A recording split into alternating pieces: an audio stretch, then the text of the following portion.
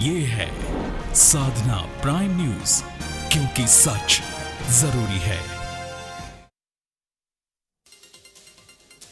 IPL match पर Bombay high court का बड़ा फैसला। 30 अप्रैल के बाद महाराष्ट्र के बाहर होंगे फाइनल समेत कुल 13 आईपीएल मैच। महाराष्ट्र में सूखे को लेकर हो रहा था आईपीएल का विरोध।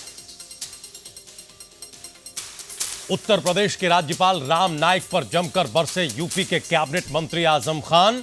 कहा, लोकतंत्र की जड़ें खोद रहे हैं राज्यपाल, पद की मर्यादा का ख्याल रखें, उन्हें हमारी बर्खास्तगी की मांग करने का कोई अधिकार नहीं। बीएसपी सुप्रीमो मायावती को बड़ा झटका। आय से अधिक संपत्ति के मामले में सुप्रीम कोर्ट मायावती के खिलाफ सुनवाई के लिए राजी हुआ। याचिका में की गई है नई एफआईआर दर्ज करने की मांग। जयपुर में कांग्रेस दलित सम्मेलन में राहुल गांधी ने बीजेपी और संघ को निशाने पर लिया। कहा, बीजेपी और संघ के लोग चाहते हैं कि स्कूलों में दलित का बच्चा अकेला ही पढ़ाई करे।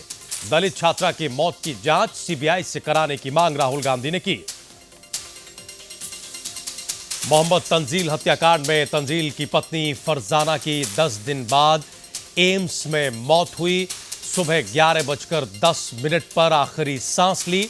हमलावरों ने मोहम्मद तंजील के साथ फरजाना को भी मारी थी गोली। और बिहार के आरा में आरजेडी एमएलए की बहन की हत्या के मामले में 2 आरोपियों ने सरेंडर किया। ऑटो में छेड़खानी के बाद बदमाशों ने विधायक की बहन को मारी थी रॉड। इलाज के दौरान हुई थी मौत।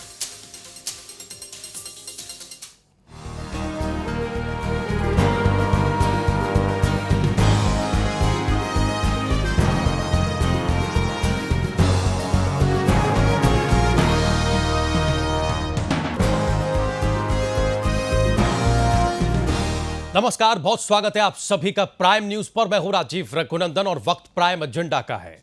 आखिर जम्मू कश्मीर की फिजाओं में जहर कौन घोल रहा है? देश और सेना के खिलाफ आग को भड़काने का काम कौन कर रहा है? सेना के खिलाफ लोगों को भड़काने से किसका फायदा होगा? आज हम प्राइम एजेंडा सवालों से इसलिए शुरू कर रहे हैं क्योंकि इन सवालों के जवाब में एक वीडियो सामने आया है और वीडियो में जो सच्चाई देखी जा रही है वो आंखें खोलने वाली है। दरअसल जम्मू कश्मीर के हंदवाड़ा में मंगलवार को इस बात पर जबरदस्त बवाल हुआ कि एक लड़की के साथ सेना के जवान ने छेड़छाड़ की। इस घटना का विरोध करने के लिए लोग सेना के कैंप पर प्रदर्शन करने लगे। बाद में जब भीड़ पथराव पर उतर आई तो पुलिस और सेना के जवानों ने लाठी और आंसू गैस छोड़ी। हिंसक भीड़ ने बंकर तक जला दिए। हालात को संभालने के लिए सुरक्षा बलों ने फायरिंग की, जिसमें 3 लोगों की मौत हो गई। लेकिन अब लड़की का एक वीडियो सामने आया है जिसमें लड़की ने कहा है कि उसके साथ बदसलूकी करने वाला सेना का जवान नहीं था। लड़की यह कह रही है कि उसके साथ बदसलूकी करने वाला स्कूल का ही एक लड़का था। घटना के विरोध में अलगाववादियों ने कश्मीर बंद का ऐलान किया, जिसका काफी असर देखा गया। सवाल यह है कि क्या इस पूरी घटना के पीछे सेना को बदनाम करने का इरादा था? लड़की का वीडियो सेना ने रिकॉर्ड नहीं किया है, बल्कि सेना ने वीडियो को जारी किया है। लेकिन अब इस घटना ने सियासी रंग ले लिया है, जैसा कि हमारे देश में ज्यादातर घटनाएं ले लेती हैं। मुख्यमंत्री महबूबा मुफ्ती ने कहा है कि युवक की हत्या में शामिल जवानों को कठोर सजा दी जाएगी। इस तरह की घटनाएं बर्दाश्त नहीं की जा सकती जिनका राज्य सरकार के शांति लाने के प्रयासों पर नकारात्मक असर पड़ता हो। हालांकि बीजेपी ने इस पर खुलकर अपना रुख साफ नहीं किया है, लेकिन सबसे बड़ा सवाल है कि क्या सेना की छवि खराब करने की कोशिश की जा रही है? आज का प्राइम एजेंडा इसी मुद्दे पर है।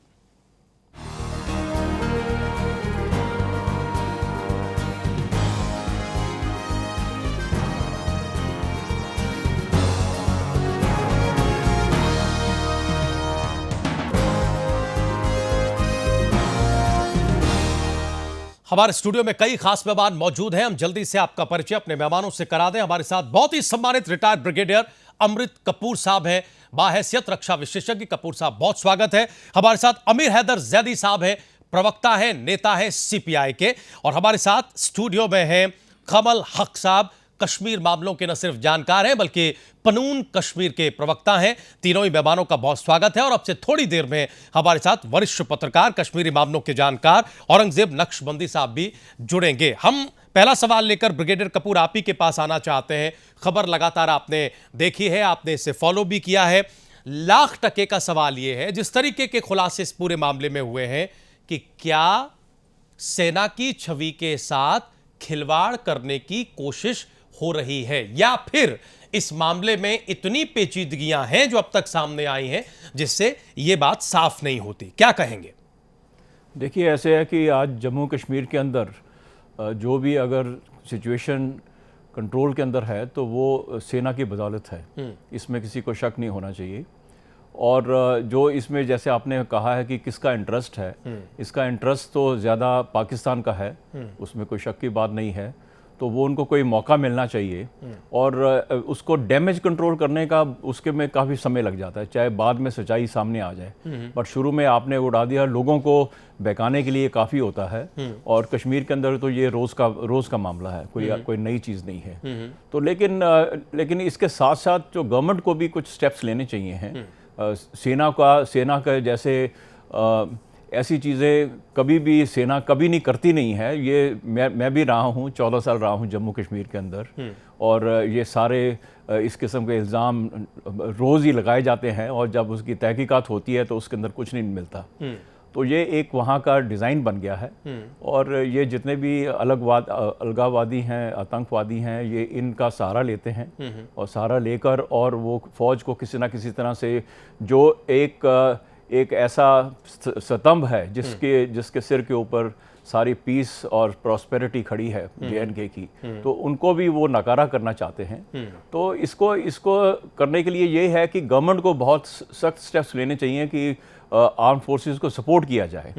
हम लोग अपना वहाँ पे सेल्फलेस काम कर रहे हैं और अगर वो सपोर्ट नहीं मिलेगी तो जो जवान डीमोरलाइज भी हो जाता है। सिर्फ ये है कि आप अपनी पॉलिटिक्स की वजह से आपकी अगर वहाँ पर अलायंस है, आप उसको सेटिस्फाई करने के लिए आप उल्टी सीधी स्टेटमेंट्स मोदी जी ने भी दी थी जाके कुपवारा में, जब एक इंसिडेंट हुआ था जी, उसके अंदर ऐसी स्टेटमेंट दे दी थी कि ये क्या कहते हैं, इसका फौज के ऊपर डाल दिया गया था। अभी भी जैसे कोशिश करते हैं ये लोग किसी न किसी तरह से डिफेम करने के लिए, डीमोरलाइज करने के लिए।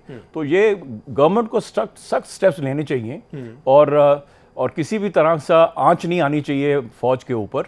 और वही है जो आज आपके देश को फौज जो है जो इकट्ठा किए हुए है, रखे हुए हैं। हम जरा आना चाहते हैं जैदी साहब के पास, इससे पहले कि हम कमल हक साहब के पास जाएं। जैदी साहब, एक बयान जो कन्हैया ने दिया था जिस पर हमने चर्चा भी की थी और हमारे देश में तेज़ रिएक्शन भी हुआ था, हालांकि बाद में कन्हैया की सफाई भी सामने आई थी कि मेरे बयान को गलत तरीके से समझा गया, मैंने चीज़ों को जनरलाइज होके जो है नहीं कहा था, लेकिन सेना में, आर्मी में ऐसा होता है वगैरह वगैरह। हम आपसे ही समझना चाहते हैं कि आज CPI का स्टैंड क्या है, वो भी तब जबकि एक वीडियो सामने आता है जिसमें लड़की खुद ये कहती है कि छेड़खानी करने वाला सेना का जवान नहीं था बल्कि स्कूल का एक लड़का था, एक। और दूसरा जो कपूर साहब कह रहे हैं कि क्या वाकई अलगाववादी ताकतों के आगे जम्मू कश्मीर की सरकार सरेंडर की मुद्रा में है, वो उन्हें टैकल नहीं कर पा रही है। इन दो चीजों के जवाब दीजिएगा सर। सर, दो चीज़ों के दो अलग अलग ही जवाब हैं। फौज का अलग जवाब है, राजनीतिक जवाब अलग है। हमारी फौज सम्मानीय फौज है, हम उसकी इज्जत करते हैं, उसे सैल्यूट भी करते हैं, लेकिन इसका मतलब ये नहीं कि हम उसका सम्मान करते हैं, इज्जत करते हैं, उससे कोई गलतियां होंगी नहीं। वो फरिश्ता सिफत है, कोई एक शख्स गलती कर सकता है, इसका मतलब ये नहीं कि मुकम्मल फौज गलत कर रही है। दूसरे, वहाँ पे जो राजनीतिक समस्या है, वो राजनीतिक समस्या को राजनीतिक इच्छा शक्ति से दूर किया जा सकता है। अगर आज बीजेपी विपक्ष में होती तो यहाँ से लेके और कश्मीर तक सत्ताधारी दल की ईंट से ईंट बजाने की बात कर रही होती कि वहाँ ये हो गया। अब एनआईए में अगर जो कुछ हुआ है उसके अंदर अगर हम कुछ वहाँ पे बीजेपी का वहाँ स्टैंड कुछ और होता है, बाहर निकल के अगर कुछ बात होती तो उसमें स्टैंड कुछ और होता है। ठीक, दोनों की चीजें अलग अलग नजर आ रही हैं, जिसे किसी तरह से भी इंसाफ की निगाह से नहीं देखा जा सकता। वहां पे अगर कुछ हुआ था उस पे वहां की कहने से प्रशासन को एक्शन लेना चाहिए था और उसके ऊपर कार्रवाई होती जो दोबारा आगे बढ़ता ही नहीं मामला। मैं इस पे ही सवाल उठाता हूं। मैं फिर एक बात पहले कह रहा हूं, मैं फौज का सम्मान करता हूं, पूरी फौज पे बात नहीं है। जब कल ये कार्रवाई हुई, ये कहां से वीडियो सामने आ गया, किसने वीडियो कोड किया?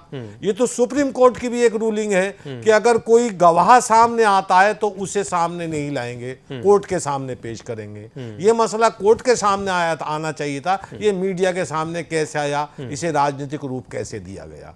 तो ये हमारे देश की राजनीतिक इच्छा शक्ति का बिल्कुल गिरता हुआ रूप नजर आता है। यानी कि अपने पक्ष में कुछ भी हो, चाहे वो देश की सुरक्षा से खिलवाड़ हो रहा हो या कुछ और देश की एकता और अखंडता की बात हो रही हो, हमारी वोट बैंक पक्का होना चाहिए, हमारे स्कोर होने चाहिए, कहे इससे किसी के नुकसान हो या नफा। कश्मीर में इस वक्त यही स्थिति दिखाई दे रही है। अपने सियासी नफे नुकसान के लिए सब कुछ ताक पर रखा जा रहा है। जैदी साहब, आप जो बात कह रहे हैं उसका लब्बो लबाब यही है, हम यही समझे सर? बिल्कुल सही, कुछ और आगे बिल्कुल सही है। देखिए, हमने हमेशा अलगाववादियों के खिलाफ संघर्ष किया है और हमारा इतिहास पंजाब में भी रहा है। सबसे ज्यादा नुकसान अगर किसी को पहुंचता है तो वो फिरका परस्त ताकतों से, अलगाववादियों से, कम्युनिस्ट को पहुंचता है, जो कि हम दोनों के टारगेट में रहते हैं, चाहे वो हिंदू फंडामेंटलिस्ट हो या मुस्लिम हो, दोनों के हमारा टारगेट रहता है, हमें दोनों से नुकसान पहुंचता है। लेकिन यहां बेसिक सवाल ये उठता है कि बीजेपी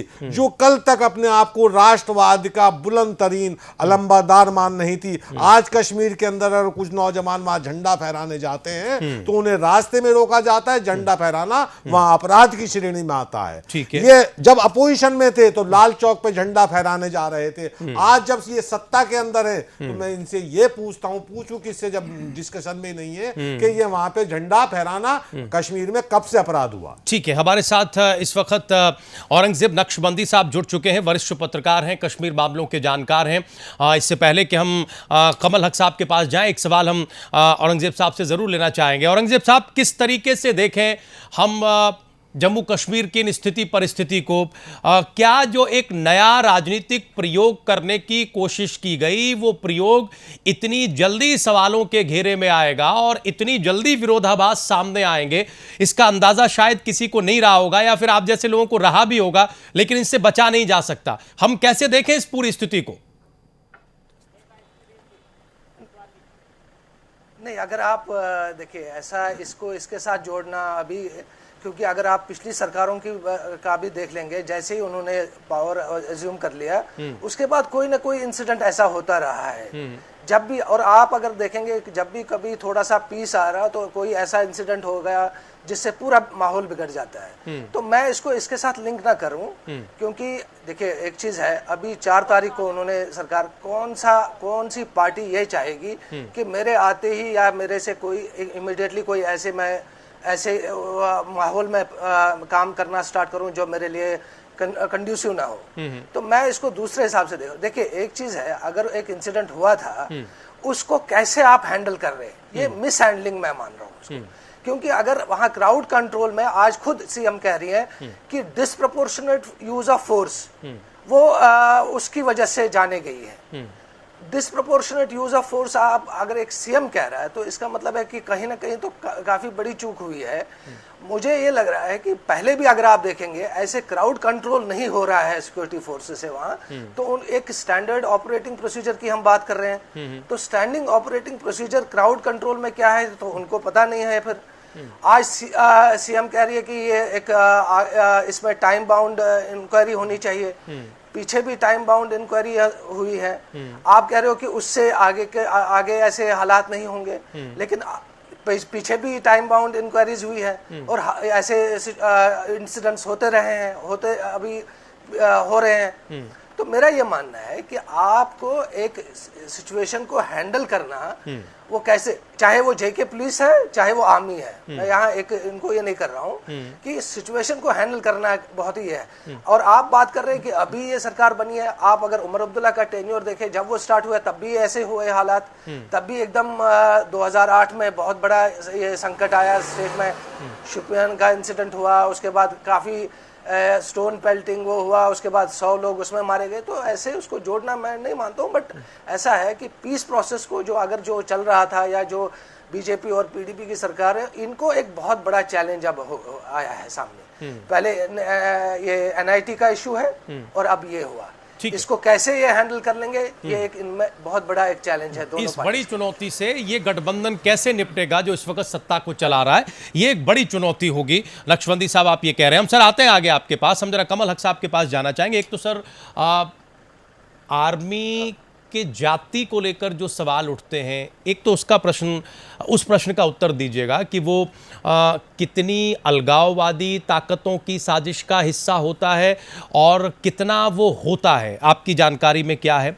और ये जो चुनौती है जिसकी तरफ नक्शबंदी साहब इशारा कर रहे हैं, ये परमानेंट चुनौती रहने वाली है इस सरकार के लिए, या फिर ये निपट भी सकते हैं? क्योंकि डे वन से तमाम विश्लेषक, आलोचक इसे क्वेश्चन मार्क लगा के ही देख रहे हैं। हक साहब देखिए, कश्मीर में अगर आप 1990 से आज तक की हिस्ट्री देखें तो अलगाववादियों के पास में जो ये फॉल्स प्रोपेगेंडा है, ये एक इंस्ट्रूमेंट ऑफ उनकी एक फाइट बन चुका है। र्यूमर्स, प्रोपेगेंडा, झूठ, ये तो पार्ट ऑफ उनका everyday day to day life है। ये आज की बात नहीं है। 1990 में शुरू हुआ कि कश्मीरी पंडितों को जगमोहन ने भगाया यहाँ से कि कहीं पे भी कुछ हो जाए तो फौज इसके जिम्मेवार है। अब हंदवाला का जैसे कि ये डिबेट आ रहा है, जो कि एक मुद्दा, बेसिक मुद्दा है कि एक लड़की जा रही है, बाथरूम से निकलती है बाहर, और बाहर कुछ लड़के उसको ढूंढ रहे हैं, कुछ तंग कर रहे हैं, जहाँ भी छेड़छानी कर रहे हैं, जो भी कर रहे हैं, और एक हजूम जमा हो जाता है और आर्मी के बंकर पे हमला बोल देती है। उसके बाद में आर्मी का क्या रिएक्शन है, वो सही या गलत है, उस पर डिबेट हो सकता है। लेकिन बेसिक मुद्दा जो कि प्रोवोकेशन है, मैं कल से देख रहा हूँ, स्टेट के नेताओं से की स्टेटमेंट सुन रहा हूँ, चीफ मिनिस्टर की स्टेटमेंट सुन रहा हूँ, पीडीपी, कांग्रेस, नेशनल कॉन्फ्रेंस के लीडरों की स्टेटमेंट सुन रहा हूँ।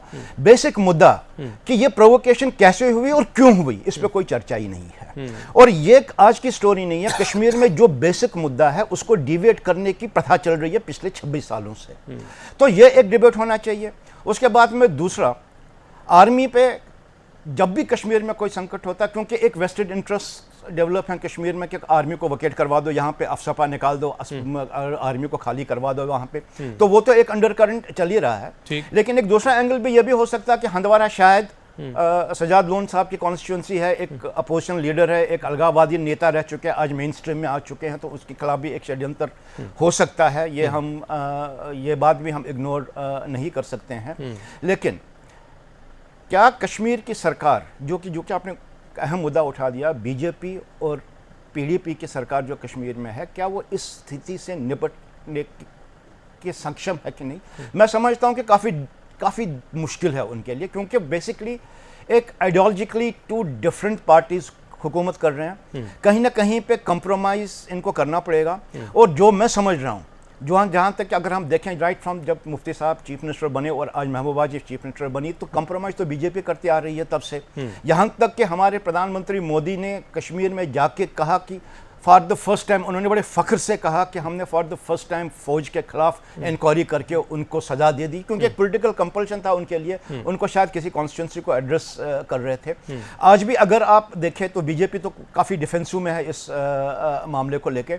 तो मैं समझता हूँ कि उनकी एक मजबूरी बनी है, एक पॉलिटिकल कंपल्शन बन चुका है कि एक कॉम्प्रोमाइज़ उनको करना ही करना पड़ेगा, जो कि शायद in the long run, in the long term ना कश्मीर की एडमिनिस्ट्रेशन, ना गवर्नेंस के लिए अच्छा है और ना ही देश के राजनीति के लिए अच्छा है।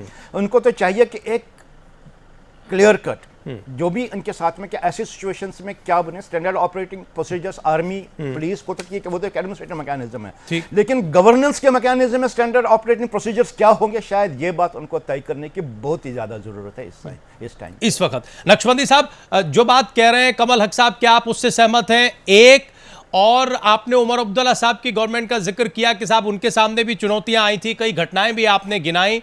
हमारा इंटरेस्ट सर ये जानने में है कि चुनौतियां हर सरकार के सामने आती हैं अलग अलग तरह की, लेकिन ये जो विरोधाभास है इस गठबंधन के बीच में, जिसका इशारा हक साहब भी कर रहे हैं, ये फौरी चुनौती है या फिर इसी तरह की चुनौतियां टाइम टू टाइम आती रहेंगी, इससे टैकल करना एक बड़ा चैलेंज होगा?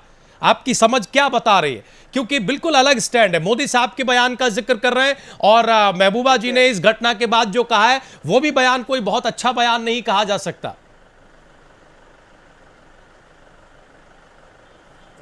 बिल्कुल, मैं हक साहब ने जो कहा कि बीजेपी ने बहुत कॉम्प्रोमाइजेस किए हैं इस सरकार के लिए, वो मैं मानता हूं। देखिए 370 की बात कर रहे थे, वो दबा दिया। कई और चीजें जो उन्होंने कहते आ रहे थे वो सब उन्होंने अब उस पर कॉम्प्रोमाइज किया है। तो ये एक चुनौती है। देखिए मैं एक एस्ट्रोलॉजर नहीं हूं या मैं कोई नजूमी नहीं, मैं प्रेडिक्ट कर सकता हूं कि ऐसी इंसिडेंट्स होते रहेंगे, लेकिन जो हालात हैं, जो पास्ट एक्सपीरियंस है, ऐसे हालात कभी भी आ सकते हैं सामने सरकार के लिए। लेकिन इतना आज मैं ये जानना चाहता हूँ कि बीजेपी का इस पे क्या एक स्टैंड है कि ये जो हुआ है उस पे क्या, क्योंकि चीफ मिनिस्टर ने एक अलग बयान दिया है। आप देखेंगे चीफ मिनिस्टर ने, जो मैंने अभी आपको बताया, डिस्प्रपोर्शनेट यूज ऑफ फोर्स बोला जी। तो इस पे बीजेपी क्या कर रही है, इसका क्या है? तो ये जो इनका आपस में आइडियोलॉजिकली एक अलग अलग ये इनकी है, आइडियोलॉजी है इनकी, पॉलिटिक्स इनकी अलग है, उसको ये कैसे एक साथ लेके चलेंगे, ये बहुत बड़ा चैलेंज है। हक साहब ने जो कहा कि कॉम्प्रोमाइजेस की बात उन्होंने की है, मैं बिल्कुल मानता हूं, काफी कॉम्प्रोमाइजेस उन्होंने की है, और अब वो देखा जाएगा कि उनके कॉम्प्रोमाइजेस उनके लिए कुछ पॉलिटिकली फायदा उनको करेगी या नुकसान ही पहुंचा देगी। इसी तरह पीडीपी को वो फायदा पहुंचाएगी या नुकसान करेगी, वो आगे देखने वाली बात है जी। रही बात आगे क्या होगा वो तो टाइम ही बता देगा। ठीक है नक्शबंदी साहब, ठीक है। अब सवाल ये है कि साहब एक लड़के और एक लड़की की लड़ाई हो रही थी, ठीक है सर, लेकिन उस लड़ाई में अचानक हुजूम कहां से आ गया, पत्थरबाजी होने लगी, अचानक वहां सेना कहां से आ गई, और फिर वो जो प्रोवोकेशन या फिर जो एक अफवाह के हालात बने जिसे इस वीडियो ने नकारा अब तक, वो स्थिति कैसे तैयार हो गई? मतलब ये पूरा प्रोपेगेंडा कैसे तैयार हुआ 1.5-2 दिन में, इस पर हम आएंगे। लेकिन इससे पहले हम जरा जैदी साहब आपके पास आना चाहेंगे। जिस गठबंधन में इतना विरोधाभास हो, इतने डिफरेंसेस हो, वो गठबंधन कितना आगे चलेगा? सर रेल की दो पटरियों की तरह हैं, इन दोनों की विचारधारा अलग अलग है। बीजेपी आज एक लॉजिकल सारे टीवी चैनल पे एक ही स्टैंड क्लियर करते घूम रही है। उनका कहना यह है कि साहब जम्मू के अंदर बहुमत अलग मिला है, कश्मीर के अंदर अलग मिला है, हम कुर्बानी दे के सरकार बना रहे हैं ताकि कश्मीर ना से पाकिस्तान ना से। अगर हमने वहां सरकार ना बनाई होती तो पाकिस्तान हमारे ऊपर हंसता और उसकी इच्छाएं पूरी हो जाती है। आप में बीजेपी के फिर एक सवाल करता हूं, कहना चाहिए बीजेपी वालों से, अगर सुनना है मेरी बात तो, कि अगर बाहर से वो पीडीपी को समर्थन दें और उस पर प्रेशर बना के अपनी सही तरीके से वहां कहना चाहिए इंप्लीमेंट कराएं एजेंडा, वो ज्यादा बेहतर होगा ये कि सरकार के अंदर जाके जो बंदर बांट के वो खाना चाहते हैं वो ज्यादा बेहतर होगा। लेकिन फिर कांग्रेस मुक्त भारत का एजेंडा पूरा नहीं होगा ना सर। ठीक है, सुन लीजिए, आप बाहर से रहने के बाद भी मजबूती से अगर उन्हें समर्थन देंगे तब आपका कद ज्यादा बुलंद होता है, तब आपकी स्थिति ज्यादा अच्छी होती है। देखिए हमने सरकार की अंदर नहीं रहे और हमें सत्ता का कोई लालच नहीं था, हमने कश्मीर के अंदर एक स्थिर सरकार दी, मजबूत सरकार दी, बाहर से रह के समर्थन देने पे, फिर आपकी नियत पे शक नहीं होता। नियत पे आपकी जब शक होता है, आप यही नियत पे शक नहीं है, आप अगर एक पानी का कंटेनर भी कहीं लेके जाते हैं उस पर भी बैनर लगा देते हैं कि साहब हम देश को पानी पिला रहे हैं। आप गुड़गांव के अंदर चले जाइए, वहां पे बहनों का रेप होता है, बलात्कार होता है,